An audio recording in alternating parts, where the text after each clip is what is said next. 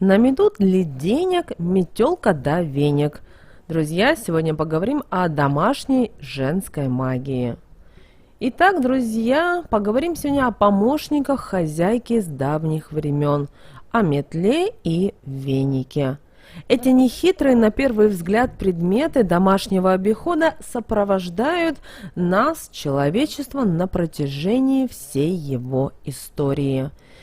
И я не удивлюсь, если окажется, что как только женщина получила в свое распоряжение первую пещеру, она сразу же изобрела эту незаменимую в хозяйстве вещь – веник. С тех пор прошли тысячелетия.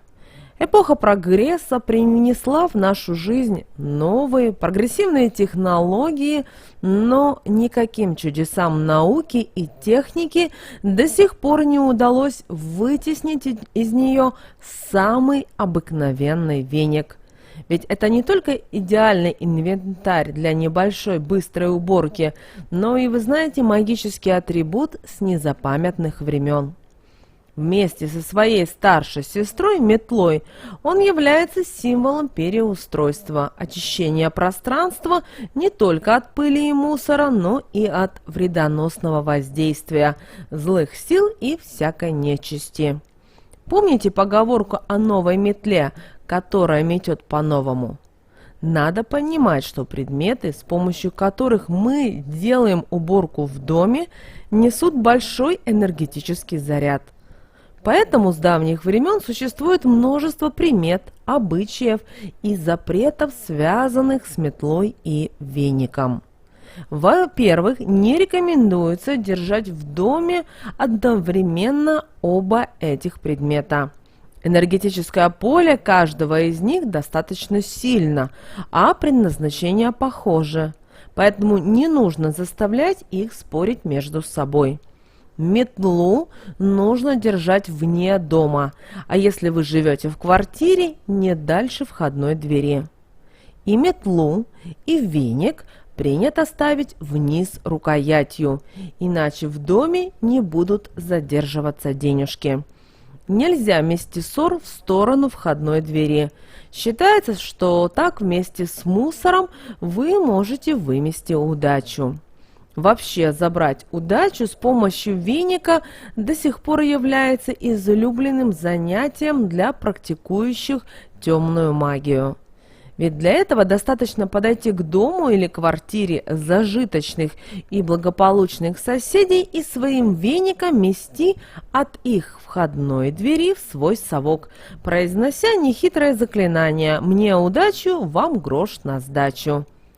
Так что, если на вашей лестничной клетке вы слишком уж часто замечаете тетку с веником, то, друзья, это повод вам задуматься.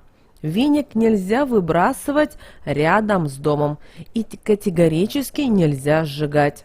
Существует поверье, что после этого в семье начнутся непрекращающиеся ссоры.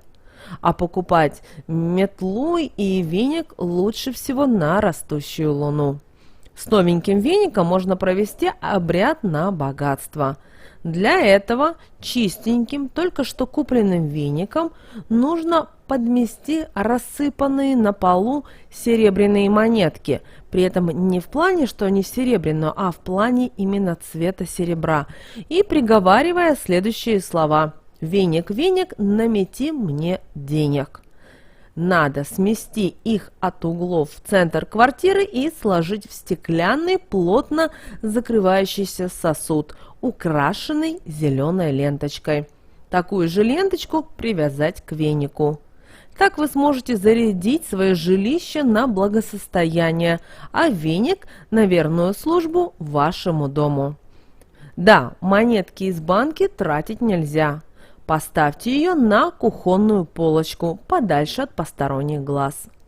У наших предков существовал запрет на одалживание веника или метлы соседям. Считалось, что эти предметы слишком знают много домашних секретов. А вот выронить веник из рук всегда было хорошей приметой и сулило исполнение желания. Если же вы хотите избавиться от визитов неприятного вам человека, просто подметите его следы после ухода. Это поможет отвадить нежелательного гостя. Еще одним интереснейшим ритуалом домашней магии является выметание страхов. Его проводят не только для того, чтобы помочь преодолеть страхи детские, но и за тем, чтобы победить собственные. Для этого вам понадобится веник, совок, кружка подставленной воды и немножко сахара.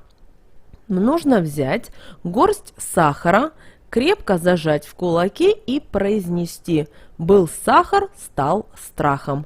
Таким образом, мы как бы персонализируем сущность страха, переносы ее на сладкий порошок. Потом просто разожмите кулак, рассыпав сахар на пол.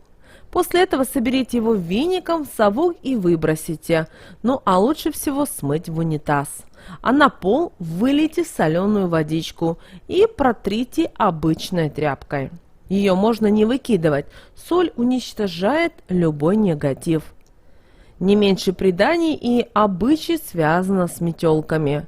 Вспомним хотя бы Баба-Ягу из сказок нашего детства и ведьм, слетающихся на шабаш на своих волшебных метелках.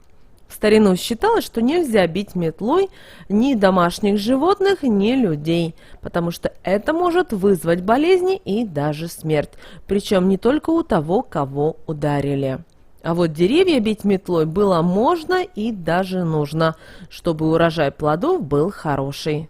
Так что если на вашей даче долго не плодоносит старая груша, то не переусердствуйте и постарайтесь за этим занятием не попасться на глаза соседям. С помощью магии метлы в давние времена и оберегали роженицу. Прутик от метлы клали под ее подушку. А вот мореплаватели знали, что если помахать метлой или веником за бортом судна до того, как оно отчалит, ветер обязательно будет попутным. Кстати, эту традицию переняли и летчики.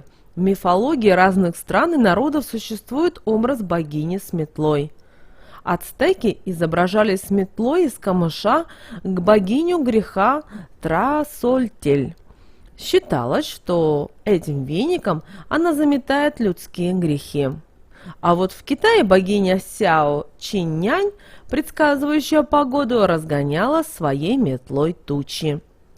Но для этого древние китайцы должны были сначала вырезать из бумаги метелку и прикрепить ее на двери дома или своем заборе. Также в Китае верили, что если очень долго использовать веник, то он может превратиться в одноногого беса.